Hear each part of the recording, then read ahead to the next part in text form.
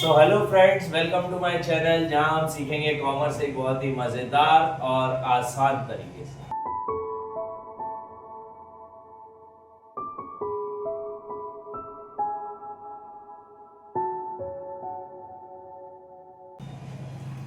पिछली वाली वीडियोस में हमने देखा पार्टनरशिप क्या होती है, पार्टनरशिप डीड क्या होती है और पार्टनरशिप डीड अगर नहीं होगी तो किस तरीके से पार्टनर्स अपने जो डिस्प्यूट है उनको कैटर करेंगे। इस वाली वीडियो में मैं आपको इसके आगे वाले टॉपिक्स पढ़ाने वाला हूं, जैसे कि पार्टनरशिप P&L एप्रोप्रिएशन अकाउंट क्या होता है, पार्टनरशिप में और दूसरे अकाउंट्स क्या बनते हैं और सारी चीजें। तो चलिए शुरू करते हैं। आज का मेरा पहला टॉपिक है profit and loss appropriation account. ये profit and loss appropriation account होता क्या है?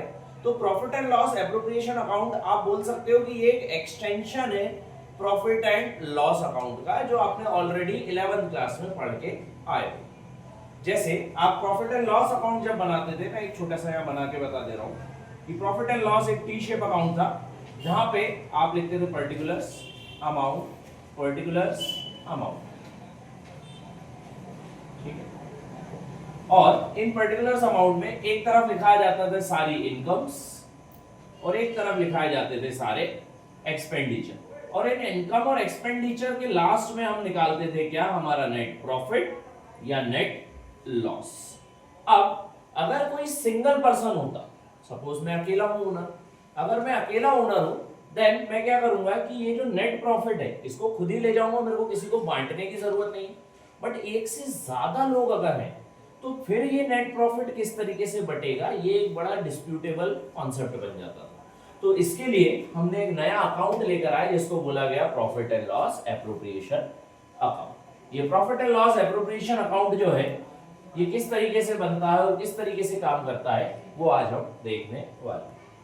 तो ये वैसा ही बनेगा जैसे कि हमारा प्रॉफिट एंड लॉस अकाउंट बनता था, जो कि था particulars amount, particulars amount. One is credit side and second one is debit side. ये जो अकाउंट है ये स्टार्ट कहां से होगा? ये बेटा हमेशा स्टार्ट होगा फ्रॉम द क्रेडिट साइड। यहां पे लिखा आएगा बाय प्रॉफिट ट्रांसफर, ठीक। कहां से? P&L अकाउंट से।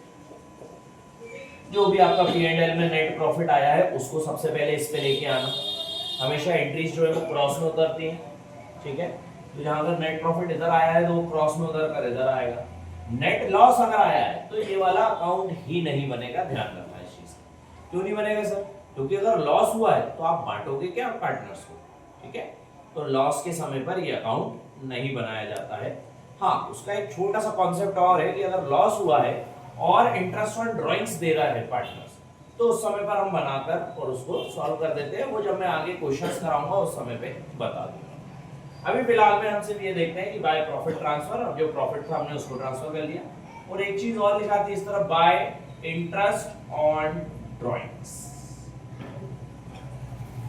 ठीक है। इंटरेस्ट ऑन ड्राइंग अपन मान लेते हैं दो पार्टनर है ए और बी, उसने जितनी भी ड्राइंग करी होगी उसका जो भी 10% 20% जो भी उनका इंटरेस्ट लगा होगा वो इंटरेस्ट लिख देते हैं, that will be interest on drawings. फिर आते हैं डेबिट साइड। डेबिट साइड में सबसे पहली चीज दिखाती है टू इंटरेस्ट ऑन कैपिटल। अगर हमें कोई इंटरेस्ट ऑन कैपिटल देना है दोनों पार्टनर्स को या दोनों में से किसी एक को तो वो लिखा जाएगा, ठीक है। सेकंड लिखाता है to salary, bonus and commission.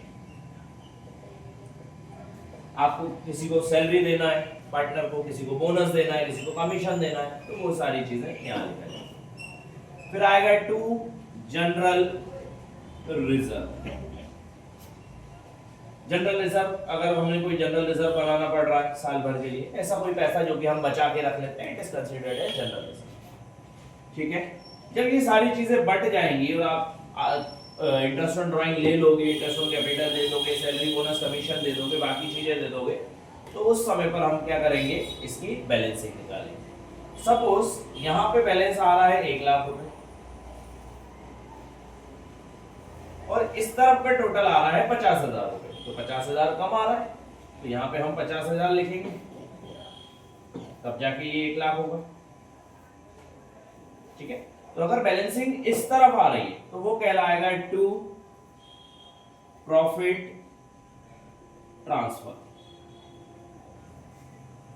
ठीक है, टू प्रॉफिट ट्रांसफर, ए और बी को किस रेशो में, उनके पीएसआर के रेशो में, प्रॉफिट शेयरिंग रेशो। और अगर बैलेंसिंग इस तरफ आ रही है, इस तरफ अमाउंट ज्यादा हो रहा है, तो इस तरफ आएगा वो बाय लॉस ट्रांसफर।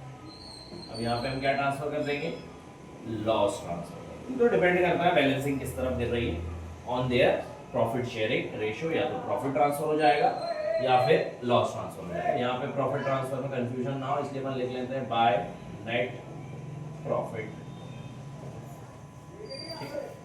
तो ये कहलाता है आपका P&L एप्रोप्रिएशन अकाउंट। बस इतने ही टॉपिक्स हैं P&L एप्रोप्रिएशन अकाउंट। सर जब P&L एप्रोप्रिएशन हम बनाते हैं, या हमने जब पार्टनरशिप डीड आपने जब बताई थी, तो उसमें आपने बताया था सबसे पहला PSR इक्वली बढ़ जाएगा।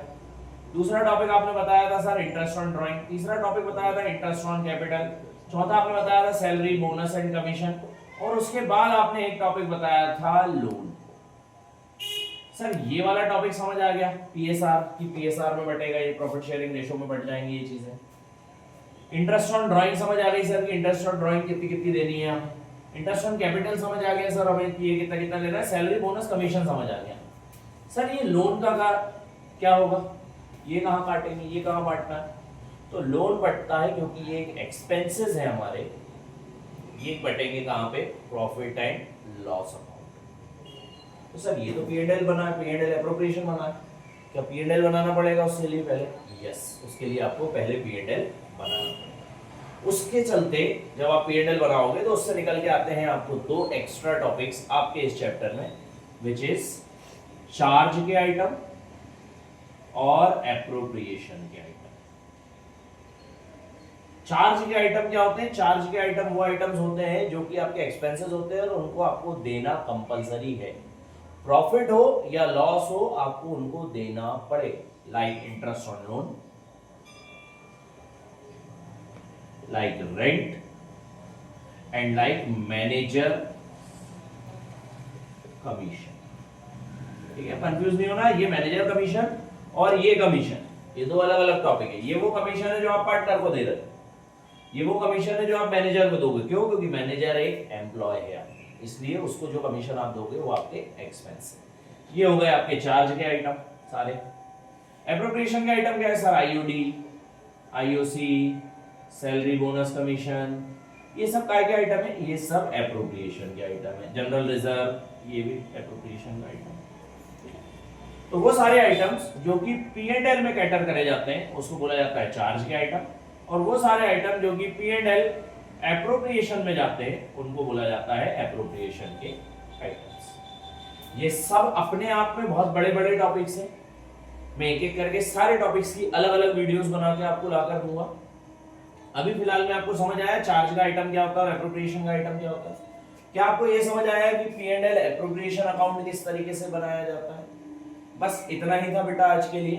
कल अपन करेंगे P&L के कुछ क्वेश्चंस, साथ ही मैं कल से ही स्टार्ट कराऊंगा आपको इंटरेस्ट ऑन लोन, रेंट और मैनेजर कमीशन। उसके बाद अपन आएंगे P&L एप्रोप्रिएशन पे, और उसके बाद अपन कंप्लीट करेंगे हमारा पार्टनर्स कैपिटल।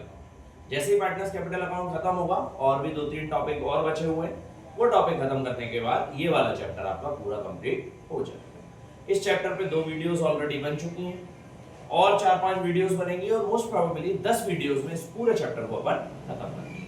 तो आज के लिए इतना बहुत है। Thank you so much and please subscribe.